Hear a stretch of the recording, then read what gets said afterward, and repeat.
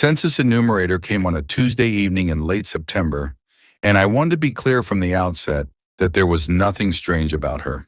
She was a woman in her 50s with a laminated ID badge on a lanyard, a tablet in a rubberized case, and the slightly apologetic manner of someone who has spent all day being turned away at doors.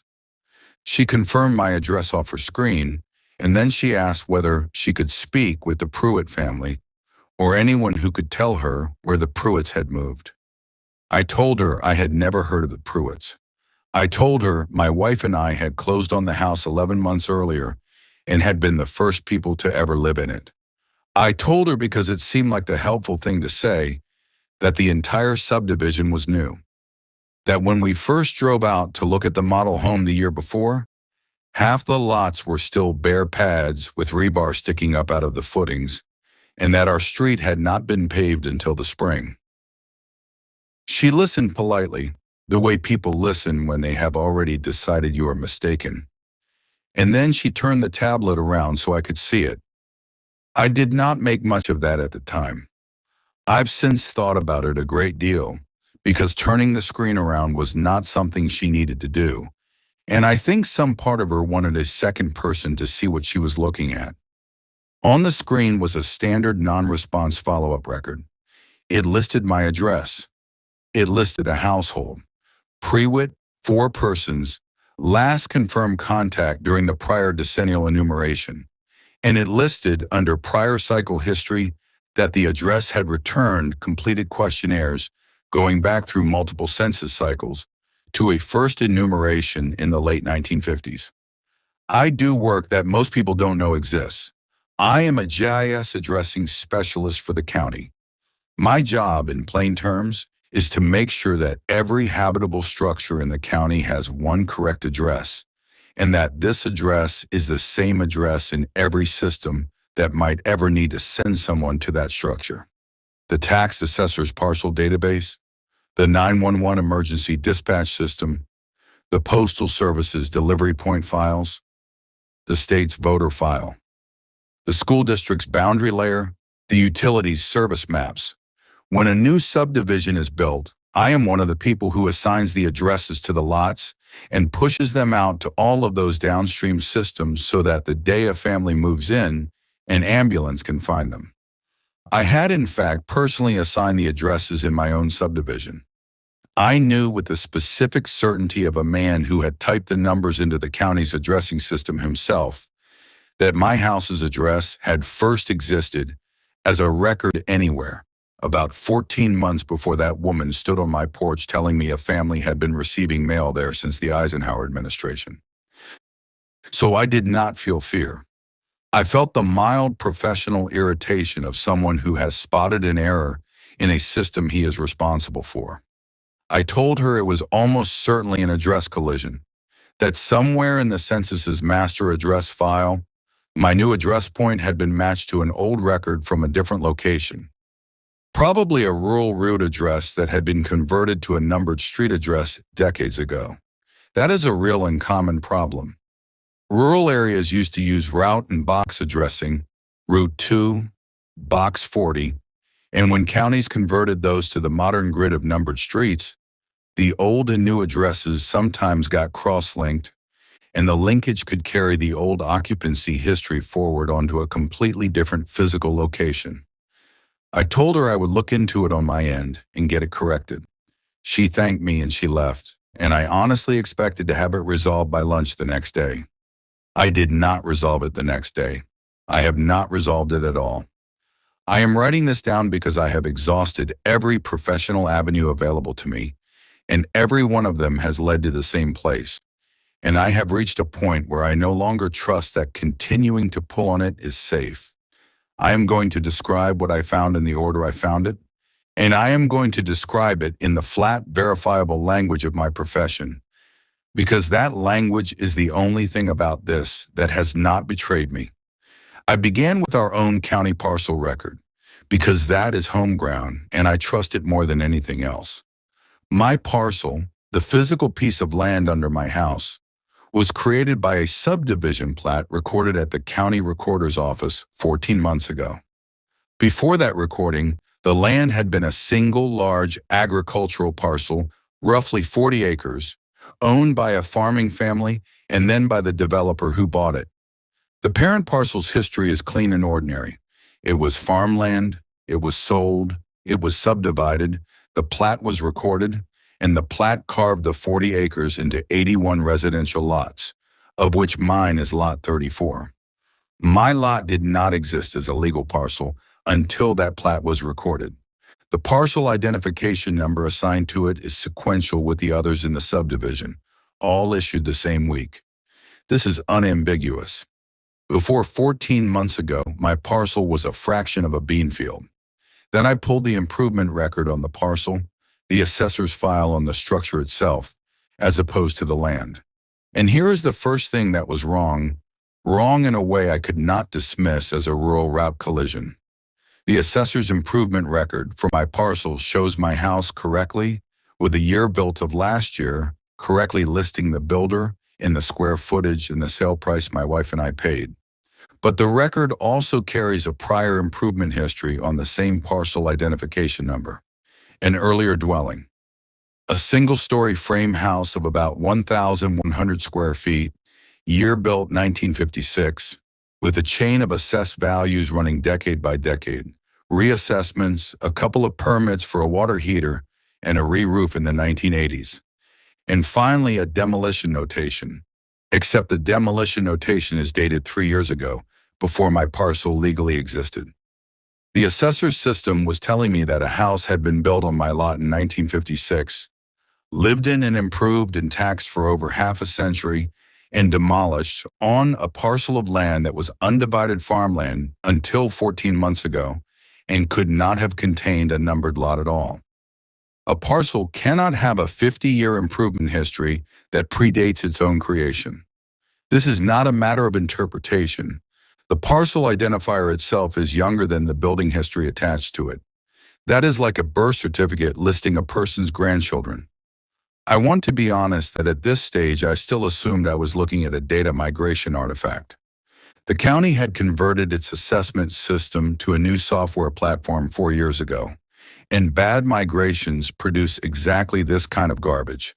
Orphan records, mismatched keys, history bleeding from one parcel onto another when the old system's identifiers got remapped.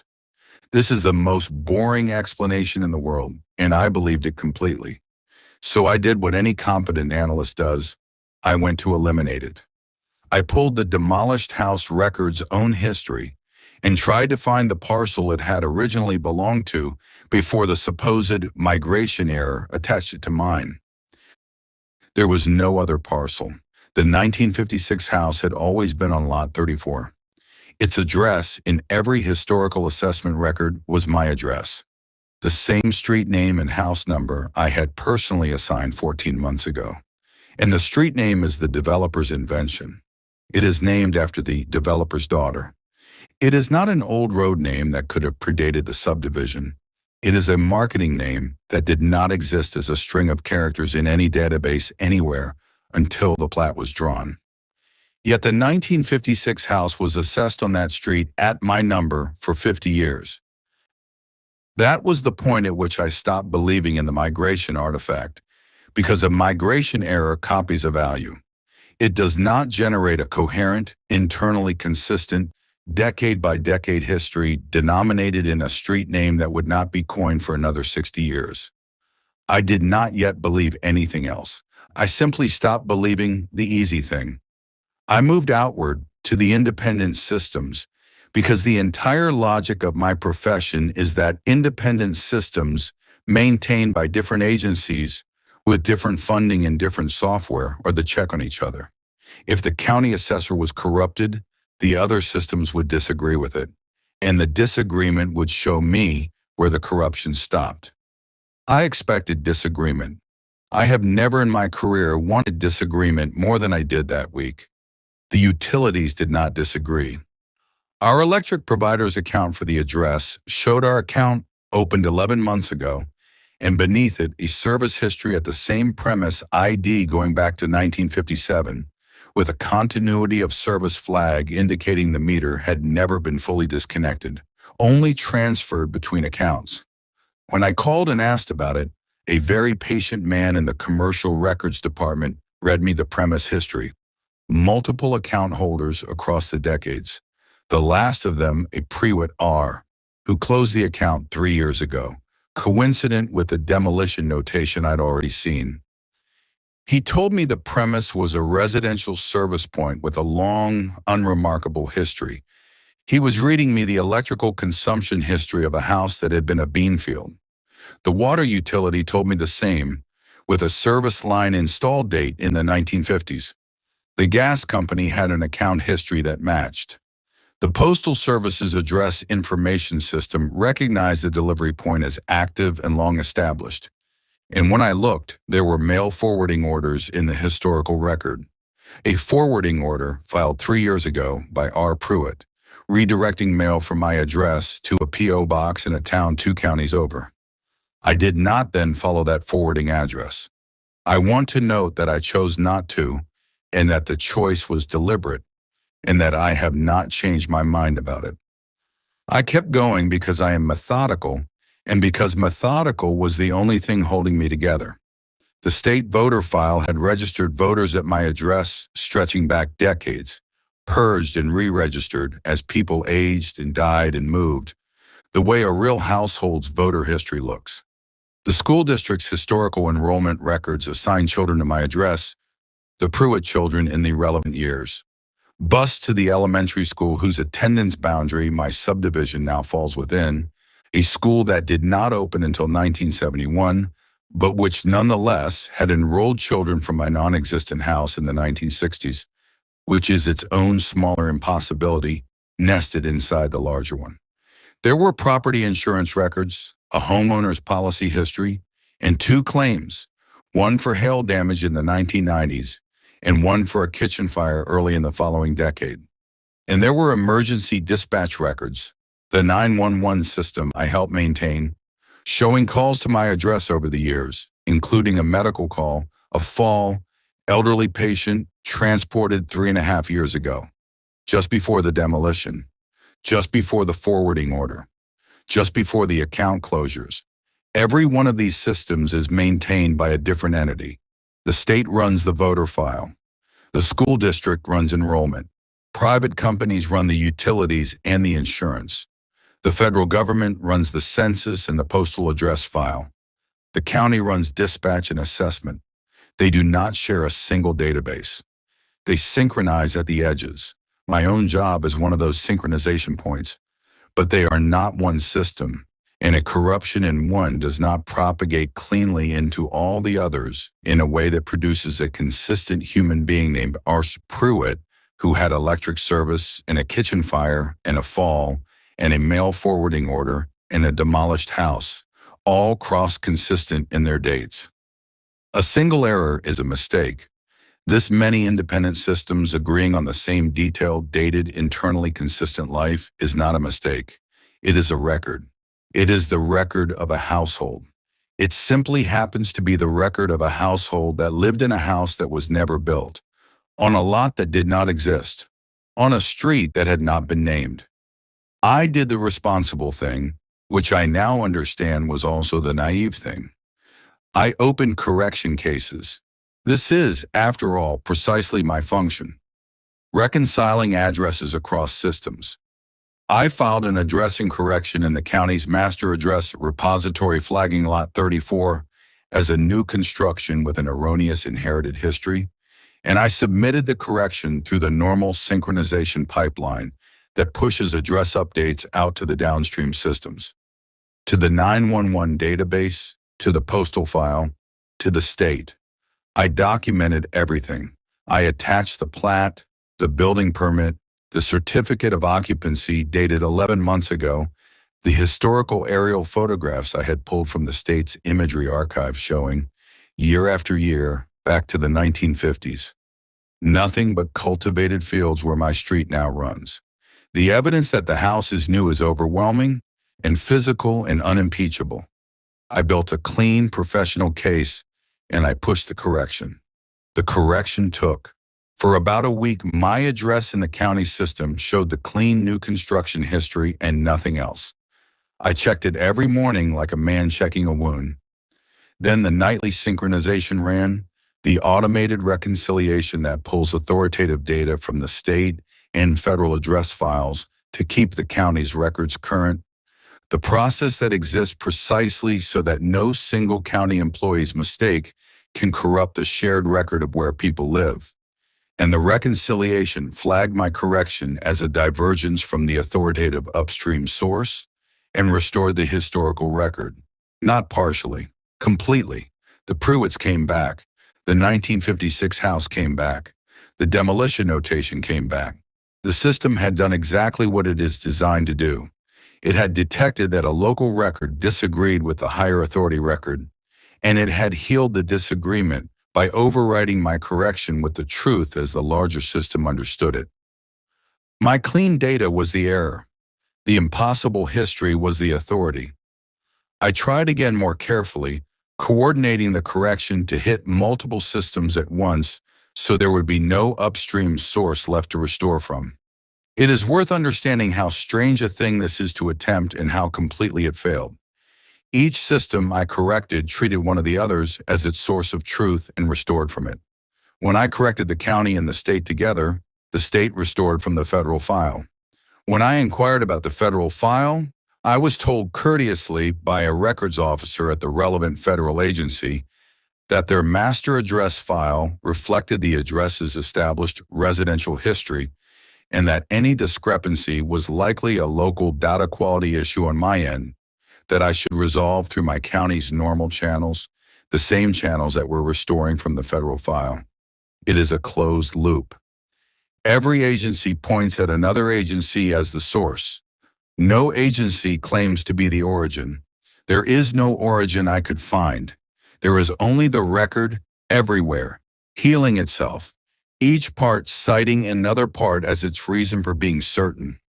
I need to describe the conversations with people, because the documents alone might let you believe this is some abstract software phenomenon, and it is not. It lives in people, and the people are calm about it. I went to see the developer's project manager, a straightforward man named Guerrero who had built out half the subdivisions in the county over 20 years. I asked him about Lot 34 specifically, whether there had been anything on it before, an old farmhouse, a foundation, anything. He said no. He said the whole 40 acres was under cultivation when they bought it, that they disked the crop stubble under and stripped the topsoil and mass graded the entire site flat before they ever staked a lot. He remembered it clearly. Then, unprompted, he added something I did not ask for and have not stopped thinking about. He said the funny thing was that the utility locates and the service connections had gone in almost too easily on that project. That when his crews trenched for the water and sewer laterals, the county's utility maps already showed service stubs at the lot lines. And the stubs were there, in the ground, older than the subdivision, capped and waiting, as though someone had brought services to lots that had not yet been drawn. He said they'd assumed it was left over from an earlier failed development that never got built. He said it saved them money. He said it like a man telling a mildly amusing anecdote about a job that came in under budget. I asked him whether he'd ever pulled records on that supposed earlier development. He said no, why would he? The land came with clean title and a recorded plat, and a builder who goes digging for reasons a project might be complicated is a builder who talks himself out of profit. That sentence has stayed with me more than almost anything else I found in a database. A builder who goes digging for reasons a project might be complicated is a builder who talks himself out of profit. Every person in every one of these institutions had a version of that sentence. It was cheaper, easier, and safer to accept the record than to fight it. And so no one fought it. And the not fighting was not a conspiracy. It was just competent people declining to create problems for themselves. The record survives because correcting it costs more than living with it, and it has trained everyone who touches it to leave it alone, the same way water trains a riverbed. I talked to a woman at the county who had done addressing before me, now near retirement, working in the recorder's office. I did not tell her the whole thing. I asked her, generally, whether she'd ever come across new construction addresses that came in already carrying history. She did not act surprised. She said it happened out on the north and east edges of the county sometimes, on the old farm ground, that every so often a new address would come in warm, was her phrase, already known to the state in the postal file before she'd finished assigning it, already having a little history behind it. I asked what she did about it. She said she used to try to clean them up years ago, and it never held, so now she just lets them ride. Because the ambulance still finds the house either way, and that's the only thing addressing is actually for. She said it the way you'd describe a printer that jams if you use the wrong tray, so you just use the right tray. A learned workaround for a machine that does something inexplicable but harmless. She had been letting them ride for 2 decades. There were, she implied without ever quite saying, a lot of them. That was the detail that moved this out of my house and into the ground under the whole east side of the county, and it is the detail I have been least able to carry. I went and looked. Quietly on my own account, I pulled the improvement histories and utility premise records for the other lots in my subdivision and for a handful of the newer developments on the old farm ground to the north. Not all of them carried inherited histories, but some did, scattered. Maybe one lot in 6, each with its own prior dwelling, its own decades of consumption, its own former family, its own quiet demolition notation dated shortly before the real construction began. My immediate neighbors on both sides are, as far as their records are concerned, living in houses previously occupied for half a century by people no one can locate. They do not know this. I have not told them. I do not know what telling them would accomplish except to make them file corrections, and I know what happens to corrections. I want to state plainly what I think I have established, staying strictly within what the records support. I have not established who the Pruitts were. I have not established what became of them, or whether became of them is even a coherent question to ask about a family whose only evidence of existence is that the government remembers servicing them. I have not found an origin for the record, a patient zero, a first system that invented it and infected the others. What I have established is narrower and worse than any of that. I have established that the residential history of a place in the modern administrative world is not a description of the place. It is a thing in its own right, maintained independently, and it does not require the place to be real. The house is downstream of the record, not the other way around.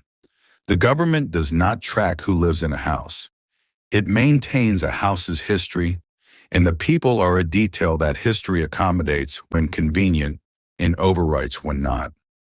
I closed my investigation 3 weeks ago. I closed it the way the retired woman in the recorder's office closes hers. I stopped trying to correct anything. I let it ride. My address in every system still shows 70 years of occupancy that did not happen, and I have decided that the ambulance will still find my house and that this is the only thing addressing is actually for. I told myself I had made peace with it. I had a professional's peace with it, which is the peace of a man who has documented a problem thoroughly enough to justify not solving it. The second enumerator came last Thursday. A young man this time, different agency lanyard, same tablet, same tired courtesy. I actually felt a kind of relief when I saw him, because I assumed he was there about the Pruitts, and I had my whole explanation ready. My little speech about rural route collisions that I no longer believed but could deliver smoothly. I opened the door before he knocked. He was not there about the Pruitts. He confirmed my address, and then he asked whether the household currently residing at the address had moved out, and if so, whether I could tell him where they had gone. I told him I was the household. I told him I lived there, that I owned the house, that I had never moved out because I had never moved out, that I was standing in my own doorway. I said it lightly at first and then less lightly because of the way he was frowning at the tablet. He apologized. He was polite about it in the specific way that people are polite when they think you are confused and they are trying to be kind. He turned the tablet toward me. They keep turning the tablet toward me, and he showed me the follow-up record, my address, a household, and a note that the residents of record had occupied the property for approximately the last 18 months, and that the current follow-up was to confirm a reported change in occupancy, because the system was now showing the property as recently vacated. The 18 months does not match anything. We closed 11 months ago. The house is younger than the residency the system now records for it, and I am apparently no longer counted among the people it remembers living here. The record has kept moving. It did not stop at the Pruitts in the 1956 house and the tidy demolition. It has continued forward, past the demolition, past my closing, and it has begun writing the history of the current occupants. And the current occupants in the record are not me, and are already, the young man gently explained, showing signs of having moved on. I told him there had to be a mistake. I said I would look into it. I heard myself say it, the reflex of my whole profession, and I watched him write down my statement as the account of a helpful current resident reporting that the prior household had indeed departed. He thanked me. He said the record would be updated. And I understood, standing in the doorway of the house I own, of the house that is 11 months old, that the record would indeed be updated, and that it would not be updated to say that I am here. It will be updated to say that I have gone in the same patient, uncontestable, self-restoring way it has always known everything about this house except the one thing that is actually true, which is that I am still standing inside it.